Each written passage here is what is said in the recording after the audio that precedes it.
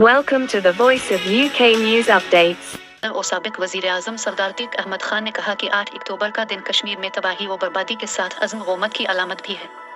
जब आज़ाद कश्मीर के अवाम ने तबाही को ताकत में बदलने की मिसाल कायम की। 8 अक्टूबर यौम शुहदाए ज़लज़ला के मौके पर अपने पैगाम में उन्होंने कहा कि 8 अक्टूबर एक उफ्त थी जिसने आज़ाद कश्मीर को ऐसे बहुत से बासलाहियत लोगों से महरूम किया, अवाम की बड़ी तादाद को अपने घरों से निकाल कर खिले आसमान तले लाया, मगर इस दिन अहल पाकिस्तान ने इसाह व कुर्बानी की जिंदा मिसालें कायम की।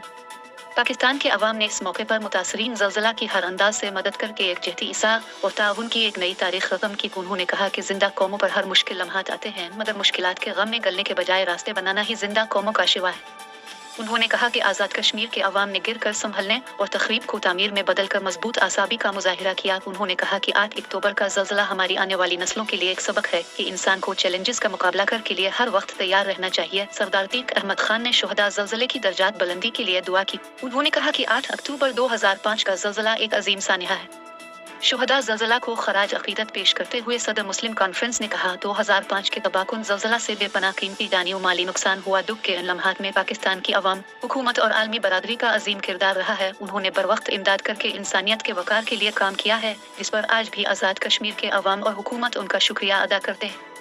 आज भी मकबूजा कश्मीर के अवाम सैलाब की तबाही और भारतीय अफवाज की दारहियत के बाइस बेयारो मददगार हैं, जिनकी फौरी इमदाद की जानी चाहिए। उन्होंने शुहदा ज़लज़ला के बुलंदी दर्जात की खुसूसी दुआ की।